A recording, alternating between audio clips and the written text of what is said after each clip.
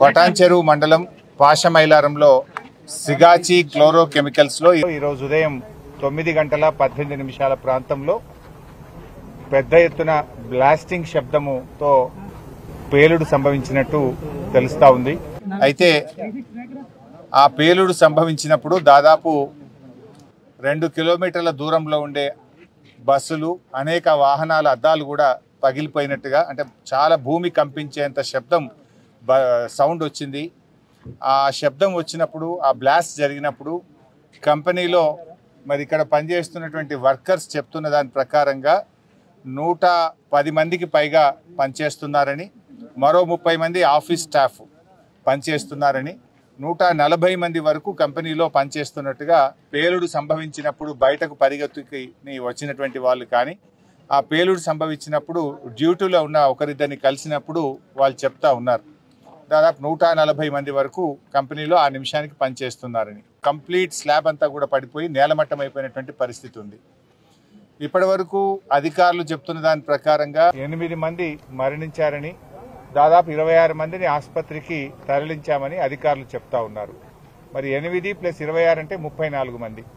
అంటే మరి ఇప్పుడు వర్కర్స్ చెప్తున్న దాని ప్రకారంగా 140 మంది కంపెనీలో ఆ నిమిషానికి పనిచేస్తున్నారని. అందులో నుంచి ఎంతమంది బయటకు రాగలిగారు, ఎంతమంది ఆ స్లాబ్ల కింద ఉండిపోయారు అనేది అర్థం కానటువంటి పరిస్థితి ఉంది. నేను ఇక్కడికి వచ్చినప్పుడు ఒక 2-3 కుటుంబాలు ఇక్కడికి వచ్చారు. ఉదయం మా నాన్నగారిని నేను 8 గంటలకు ఇక్కడ దించాను. ఆ 8 గంటలకు మా నాన్న రామాంజనేయులు మా నాన్నగారిని ఇక్కడ దించాను. నాకు ఇక్కడ ఎవరూ ఏమీ చెప్పడం లేదు, మా నాన్న హాస్పిటల్లో ఉన్నాడా లోపల ఉన్నాడా నాకేమీ తెలవడం లేదు అని ఆ అబ్బాయి చాలా కేశవ్ ఆవేదన వ్యక్తం చేస్తూ ఉన్నాడు. కేశవ్ తండ్రి దాసరి రామాంజనేయులు. అలాగే ఒక బీహార్కు చెందినటువంటి వ్యక్తి నా బావమరిది చౌదరి లోపల ఉన్నాడు. నా బావమరిదికి ఏమైందో నాకు తెలియడం లేదు, అధికారులు లోపల రానివ్వట్లేదు, పోలీసులు ఆపేస్తూ ఉన్నారు, మాకేం అర్థం కావడం లేదు అని చెప్తా ఉన్నారు. నేను ఇప్పుడే లోపల కలెక్టర్ గారిని ఎస్పీ గారికి కలిసి చెప్పాను. ఎందుకంటే ఎంతోమంది బీహార్, ఛత్తీస్గఢ్ వివిధ రాష్ట్రాల వాళ్ళు ఇక్కడ పనిచేస్తూ ఉన్నారు. వాళ్ళ భార్యా పిల్లలు, వాళ్ళ కుటుంబ సభ్యులు తీవ్రమైనటువంటి ఆందోళనకు లోనవుతూ ఉన్నారు. వీళ్ళిద్దరు కూడా నిఖిల్, రమ్య ఇందులోనే పనిచేస్తారు, వీళ్ళ ఆచూకీ ఇంకా తెలియడం లేదని వాళ్ళ కుటుంబ సభ్యులు కూడా వచ్చి చెప్తా ఉన్నారు. అందుకే ఇప్పుడు నేను కలెక్టర్ గారికి, ఎస్పీ గారికి ఏం చెప్పానంటే, ఒక కంట్రోల్ రూమ్ పెట్టండి, ఒక కామన్ ఫోన్ నంబర్ ఇవ్వండి. ఇన్సిడెంట్ జరిగింది 9 గంటలకు, దాదాపు 1 అవుతా ఉంది, 5 గంటలు అయింది. ఏం చేస్తున్నారు 5 గంటల నుంచి? ప్రభుత్వం ఏం చేస్తుంది, అధికారులు ఏం చేస్తున్నారు? ఇంత పెద్ద ఇన్సిడెంట్ ఈ ప్రాంతంలో జరిగితే ఒక కంట్రోల్ రూమ్ పెట్టి, ఒక ఫోన్ నంబర్ను పెట్టి, ఎవరైనా ఫోన్ చేస్తే ఇగో పలానోళ్ళు పలానా హాస్పిటల్లో ఉన్నారు, పలాని వాళ్ళు చనిపోయి పోస్ట్ మార్టం దగ్గర ఉన్నారు, ఇంకా మిగతా వాళ్ళ వివరాలు తెలవాల్సిన అవసరం ఉంది, తీసుకోవాలన్నా వద్దా? ఇప్పుడు ఒక 4-5 నాకే కలిస్తే నేను తీసుకెళ్లి అక్కడ కలెక్టర్ గారికి, ఆర్డీఓ గారికి కల్పించాల్సిన పరిస్థితి ఏర్పడ్డది. ప్రభుత్వము ఈ అధికార యంత్రాంగం పనిచేస్తుందంటే ఇది నిజంగా చాలా బాధాకరం. ఒకవైపు ఎన్డీఎస్ఆర్ఎఫ్ బృందం అద్భుతంగా లోపల పోయి పనిచేస్తున్నారు, వాళ్ళను మనం అభినందించాల్సిందే. కానీ రెవెన్యూ యంత్రాంగము, జిల్లా యంత్రాంగం ఏం చేస్తున్నట్టు? బయట నేను ఇప్పుడు చెప్పాను, ఒక టేబుల్ పెట్టుకోండి, ఒక చిన్న హ్యాండ్ మైక్ పెట్టుకోండి, ఓ 2 తహసీల్దార్లను 2 ఎస్ఐలను ఆడ కూర్చోబెట్టండి, ఓ లిస్టు దగ్గర పెట్టుకోండి, ఎవరెవరు ఏ హాస్పిటల్కి పంచుకుంటే ఒక లిస్ట్ పెట్టుకోండి, చనిపోయిన వాళ్ళది ఒక లిస్ట్ పెట్టుకోండి, అసలు డ్యూటీలో ఎంతమంది ఉన్నారో, ఆ రోజు మార్నింగ్ షిఫ్ట్కి ఎంతమంది పంచ్ చేసినారో అటెండెన్స్ లిస్ట్ ఒకటి పెట్టుకోండి. అంటే డ్యూటీ ఎంతమంది పంచ్ చేసిండ్రు, అసలు డ్యూటీలో ఎంతమంది ఉన్నారంటే ఒక్కొక్కరు ఒక లెక్క చెప్తున్నారు. కలెక్టర్ది ఒక లెక్క ఉంది, ఎస్పీది ఒక లెక్క ఉంది, ఇంకొకరిది ఇంకో లెక్క ఉన్నది. డ్యూటీలో ఎంతమంది ఉన్నారు ఆ టైంకు 9:18 అంటే ఇప్పటి వరకు 5 గంటలైనా ఎంతమంది షిఫ్ట్లో పనిచేస్తున్నారో అధికారులు చెప్పడం లేదు. అసలు ఏ వివరాలు కూడా లేకుండా బాధ్యతారహిత్యంగా పనిచేసినట్టు కనబడతా ఉంది. మరి రాష్ట్రంలో కార్మిక శాఖ మంత్రి ఏం చేస్తున్నట్టు, మరి ప్రభుత్వం ఏం చేస్తున్నట్టు? కనీసం ఒక టోల్ నంబర్ ఇయ్యరా, ఒక టోల్ ఫ్రీ నంబర్ ఇచ్చి ఈ నంబర్కి ఫోన్ చేయండి అని చెప్పొచ్చు కదా. లేదు, కనీసం చాలా మంది కుటుంబ సభ్యులు ఇక్కడికి వచ్చారు, వాళ్ళు ఎవరిని కలవాలి? పోలీసులు నూకేస్తున్నారు. మా బావ ఏమైంది, నా భర్తకి ఏమైంది, నా బావమరిదికి ఏమైంది, మా తమ్మునికి ఏమైంది అని ఏడుస్తున్నారు. వాళ్ళు ఎవరిని కలవాలి, ఎక్కడ కలవాలి? కనీసం ఒక కంట్రోల్ రూమ్ పెట్టరా, ఒక 2 తహసీల్దార్లను కూర్చోబెట్టే బాధ్యత లేదా మీకు? ఓ హ్యాండ్ మైక్ పెట్టుకొని ఇక్కడ రండి బాబు అని ఎవరు ఫ్యామిలీ మెంబర్స్ వచ్చినా అది రాసుకుంటే అర్థమవుతుంటుంది. రేపు ఒకవేళ లోపల అదృష్టం బాగుండి బతికినా వాళ్ళకి అటాచ్ చేసి హాస్పిటల్కి పంపొచ్చు.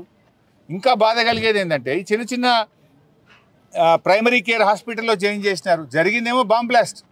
60-70% పైగా కాలి ఉన్నారు. అసలు మనిషి 30% పైగా కాలుతేనే లైఫ్ ఈజ్ ఇన్ డేంజర్. వాళ్ళని ఎక్కడ చేర్చాలి? కనీసం ఒక ఏఐజీ హాస్పిటల్లో, ఒక మీరు అపోలో హాస్పిటల్లో, ఒక యశోదాకో వాళ్ళని పంపించి కాపాడే బాధ్యత లేదా? ఒక కార్పొరేట్ హాస్పిటల్ పంపే బాధ్యత మీకు లేదా? ఏమైందమ్మా, మీరు ఎందుకు పంపట్లేదు? ఇంకా ఈ చిన్న చిన్న హాస్పిటల్లో పెట్టారు, వెంటనే ఏఐజీకి పంపండి, వేర్ ఈజ్ యువర్ డిమాండ్ అని మేము ఇప్పుడు అధికారులను గట్టిగా అడిగాం. పంపుతాం సార్ అంటారు. ఎప్పుడు పంపుతారు?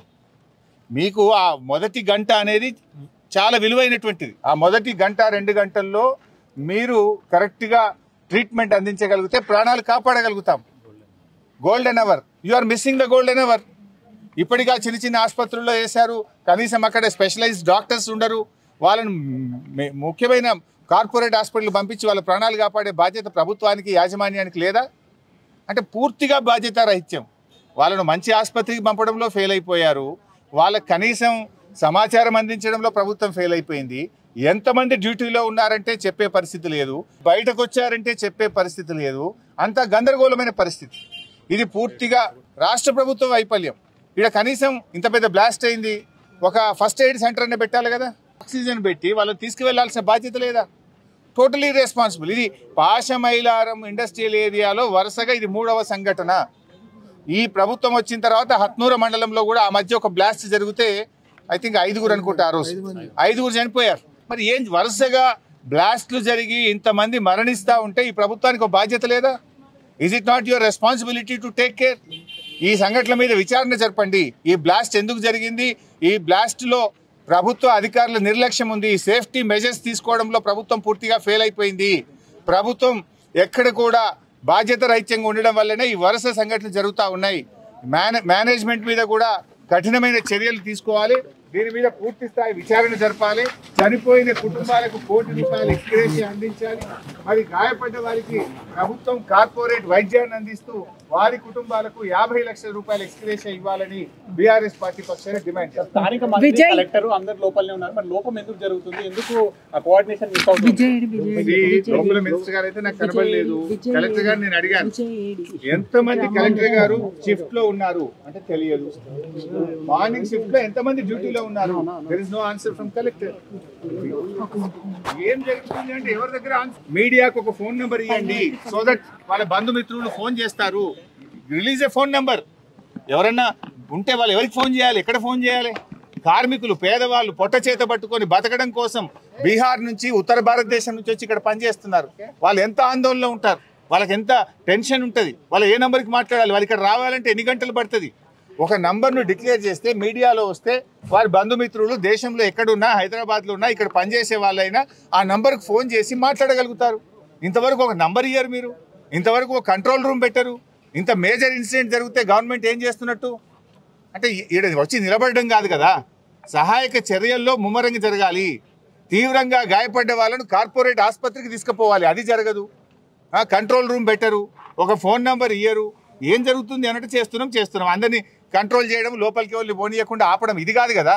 You have to save the lives, you have to enquire the matter.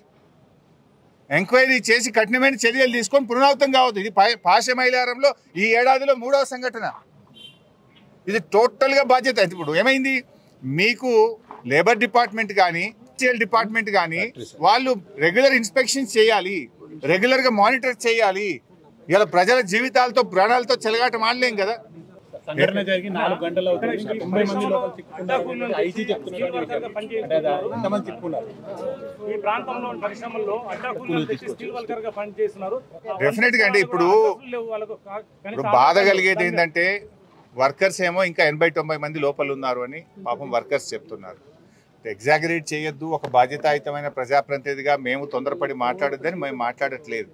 But workers are saying, అన్న ఇంకా 70-80 మంది లోపల ఉన్నారు, ఆ 70-80 మంది పరిస్థితి మాకు ఆందోళనగా ఉంది అని బయటకు వచ్చినటువంటి వర్కర్స్ చెప్తా ఉన్నారు. ఇవాళ స్కిల్డ్ వర్కర్స్ పెట్టకపోవడం వల్ల కూడా ఈ సమస్య వస్తూ ఉంది. ఇలా కొంత బాయిలర్స్ దగ్గర పనిచేసే వాళ్ళు కానీ, రియాక్టర్స్ దగ్గర పనిచేసే వాళ్ళు కానీ వాళ్ళు క్వాలిఫైడ్ ఉండాలి, స్కిల్డ్ వర్కర్స్ ఉండాలి.